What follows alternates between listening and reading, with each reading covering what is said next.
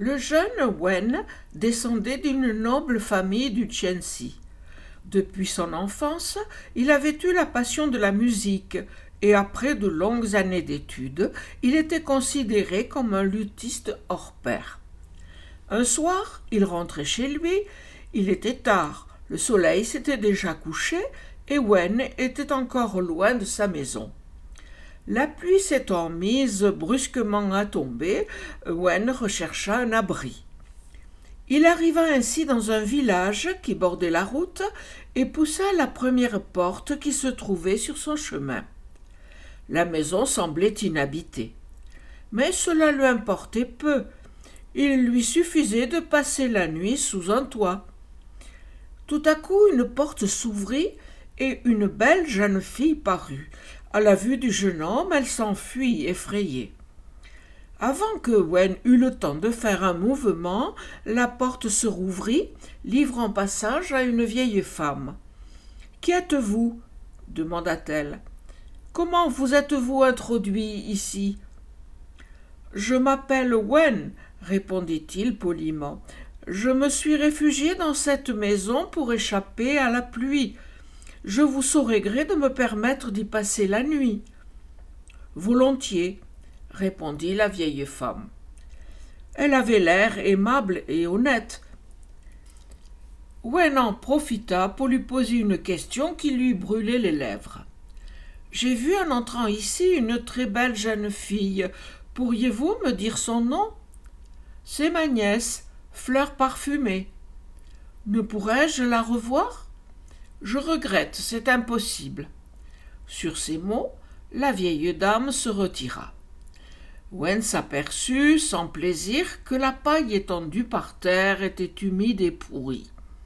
Abandonnant toute idée de sommeil, il se mit à jouer du luth. Tout à coup, la porte s'ouvrit et la jeune fille reparut. Wen se leva et s'inclina. « N'arrêtez pas de jouer, je vous en prie, » dit doucement Fleur Parfumée. « Avec plaisir, » dit Wen. « Voulez-vous me chanter encore cette mélodie ?»« Très volontiers. » Wen, se remettant à pincer les cordes de son luth, joua et chanta avec beaucoup de sentiment. Triste est la fin de la belle saison. Quand la chanson fut terminée, Fleur Parfumée demanda « Voudriez-vous m'apprendre à jouer ?» Wen s'empressa d'accepter et passa la nuit à apprendre le luth à la jeune fille. Cette dernière faisait rapidement des progrès et à l'aube, elle savait déjà jouer 2 ou 3 morceaux. Quand la vieille femme vint chercher sa nièce, Wen prit son courage à 2 mains et lui demanda de revoir sa nièce. « C'est impossible, » répondit la tante. Sans autre explication, la vieille femme prit la jeune fille par sa main et sortit avec elle de la chambre. Wen, étonné, attendit quelques minutes, puis se rendit dans la cour. Il regarda autour de lui, cherchant en vain un signe de vie. La maison paraissait abandonnée et déserte. Réfléchissant à son étrange aventure, Wen prit son luth et se dirigea d'un bon pas vers son logis. Une des plus belles maisons du pays était habitée par un riche seigneur nommé Koo, qui invitait souvent Wen à jouer du luth devant lui. À plusieurs reprises, tandis que Wen jouait de son instrument, un rideau de bambou s'était écarté, montrant le beau visage de Fleur de Rosier, la fille de Koo. « Mère, » avait dit un jour Wen, « je vous prie de demander pour moi la fille du seigneur Koo en mariage. » « Mon fils, » lui avait répondu sa mère avec tristesse, « je crains que cette démarche ne soit inutile. Tu n'es qu'un joueur de luth, et Koo est un homme très riche. »« Cela ne coûte rien d'essayer, » avait insisté Wen. Mais il arriva ce que sa mère avait prédit. Non seulement Ko refusa toute idée de mariage, mais encore, choqué par l'audace du jeune homme, il cessa de l'inviter à ses banquets. Mais la belle Fleur de Rosier était tombée amoureuse du jeune joueur de luth. Quand elle apprit que Wen l'avait demandé en mariage et que son père avait retourné la demande, elle pleura beaucoup et exprima sa douleur dans de doux poèmes d'amour que par la suite elle ne manqua pas de déchirer. Il arriva qu'un matin, pendant que Fleur de Rosier se promenait dans le jardin intérieur de sa maison, elle aperçut, au milieu d'une plate-bande, un rouleau de papier d'étrange aspect. Elle le ramassa et vit qu'un long et beau poème y était écrit. Il débutait ainsi. « Triste est la fin de la belle saison ». Ce poème sembla d'une grande beauté à la jeune fille.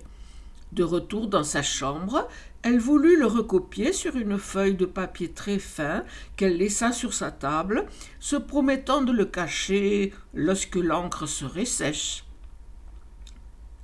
Ko pénétra dans la chambre quelques instants plus tard, et voyant la feuille de papier, il se pencha pour la lire. « Triste est la fin de la belle saison, quelle sottise peuvent écrire les jeunes filles. Il est grand temps de marier ma Fleur de Rosier. » Et tout en disant cela, il approcha la feuille de la lampe et la brûla. Puis il en jeta les cendres dans le jardin. Fleur de Rosier, ne retrouvant pas le poème, pensa que le vent l'avait emporté et regretta sa négligence. Le lendemain, triste et mélancolique, elle se promenait dans le jardin quand elle s'arrêta stupéfaite. À l'endroit où, la veille, elle avait trouvé le rouleau, et où son père avait, sans le savoir, jeté les cendres du poème recopié, deux magnifiques chrysanthèmes avaient poussé, et leurs fleurs étranges étaient du même vert que le jade le plus pur. Naturellement, le bruit de cette nouveauté se répandit immédiatement dans le village, puis dans tout le pays. L'incident des chrysanthèmes verts avait fait oublier à Ko le projet du mariage de Fleur de Rosier. Mais voilà qu'un beau jour, une nouvelle extraordinaire éclata dans le pays. Les chrysanthèmes qui poussaient dans la cour de la maison de Wen étaient devenus verts eux aussi. Le plus étonné de tous était certainement Wen lui-même. Il était allé ce matin-là, comme d'habitude, arroser son jardin, et il avait découvert ces fleurs merveilleuses. Le lendemain matin, le jeune homme revint dans son jardin. Les fleurs étaient toujours là, plus belles que jamais. Bien plus, une feuille de papier se trouvait entre les branches. Wen s'en saisit, et il y lut avec stupéfaction les vers de la chanson qu'il avait composée pendant la fameuse nuit pluvieuse. Triste est la fin de la belle saison. À ce moment, le seigneur Ko se présenta à la porte du jeune homme. « Je ne comprends pas comment cela a pu se produire, dit-il. Comment est-il possible que vos chrysanthèmes soient devenus verts comme les miens ?»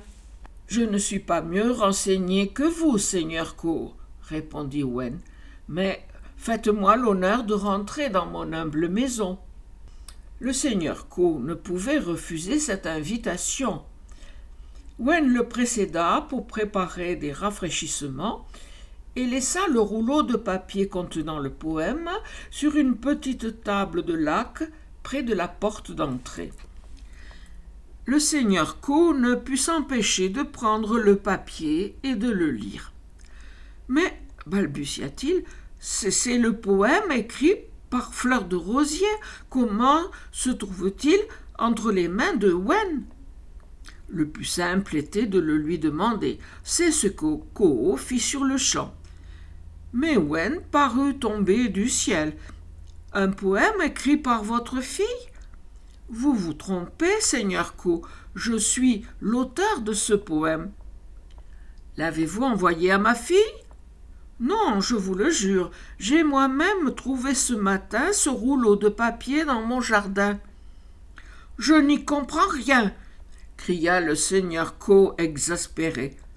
Mais je crois savoir au moins comment les chrysanthèmes verts ont fleuri dans votre jardin. Il est évident que Fleur de Rosier vous a envoyé ces plantes, comme elle vous a envoyé ce poème. Ko rentra chez lui en courant et raconta tout à son épouse, qui, en femme de bon sens, remarqua. Il serait tout à fait superflu d'ébruiter cette affaire.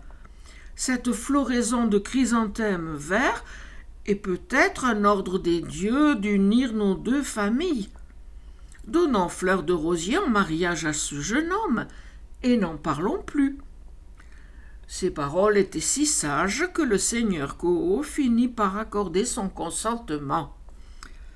Il envoya chercher Wen, qui fut au comble du bonheur. Ainsi eut lieu le mariage, en apparence mal assorti, du jeune Wen, simple joueur de luth, et de la très belle Fleur de Rosier, fille du seigneur Ko, l'homme le plus riche du pays. Ce mariage réjouit tout le monde. Quelque temps après, un soir de pluie, Wen et sa femme entendirent une musique qui semblait venir de la chambre voisine.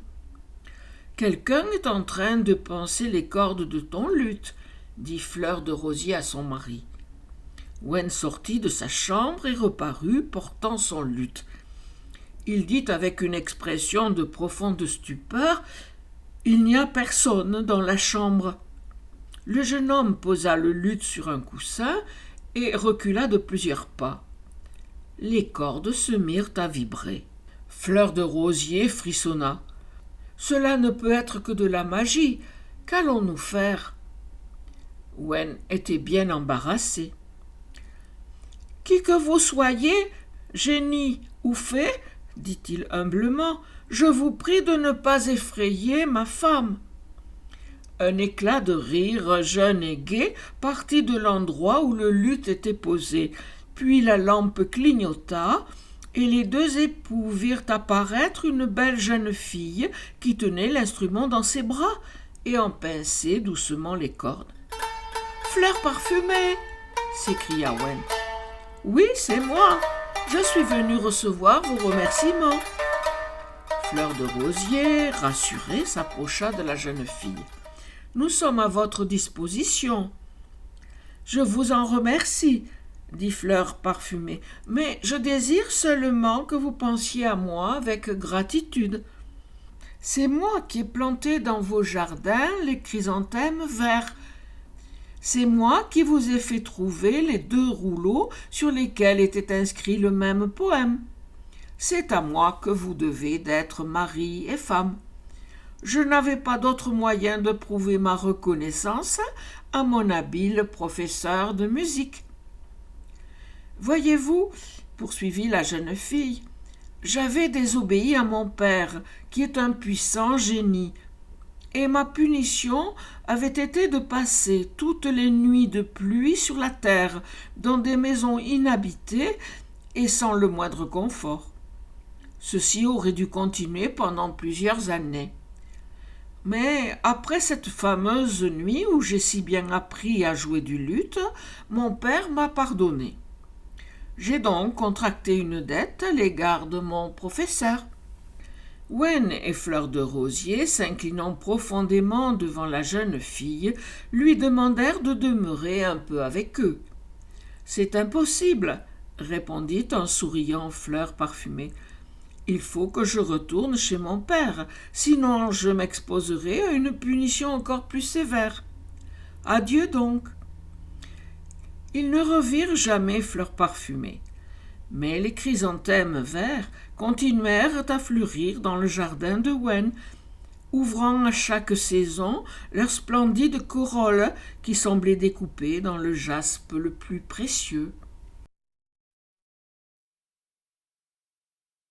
Le terme de chrysanthème est un mot du genre masculin qui signifie étymologiquement fleur d'or. Qui ne connaît pas les chrysanthèmes? Cette belle plante fleurie orne nos cimetières à la période où toute couleur a déserté le paysage. L'association du chrysanthème et de la mort n'est pas universelle. En Orient et Extrême-Orient, le chrysanthème jaune est symbole de longévité, tandis qu'en Australie, il est offert aux mamans pour leur fête. Il est la plante culte au Japon, où elle est symbole de plaisir. Dès le XIXe siècle, les chrysanthèmes se substituent aux traditionnelles bougies sur les tombes. C'est tout naturellement que le 11 novembre 1919, il fut demandé aux Français de fleurir les tombes des soldats tombés au front avec des fleurs de deuil. L'écrivain Antoine Rodier écrit alors « Nous allons pour la première fois depuis 5 ans visiter en paix nos cimetières et les parer de fleurs. Nous ne connaissons pas encore ce ciel radieux que nous attendions après l'orage. Tourmentés comme elle, il est naturel que nous préférions au muguet et à la violette, au lilas et à la rose, parure divine de notre sol, cette fleur bizarre qui nous arriva, il y a 100 ans, des rivages orientaux. »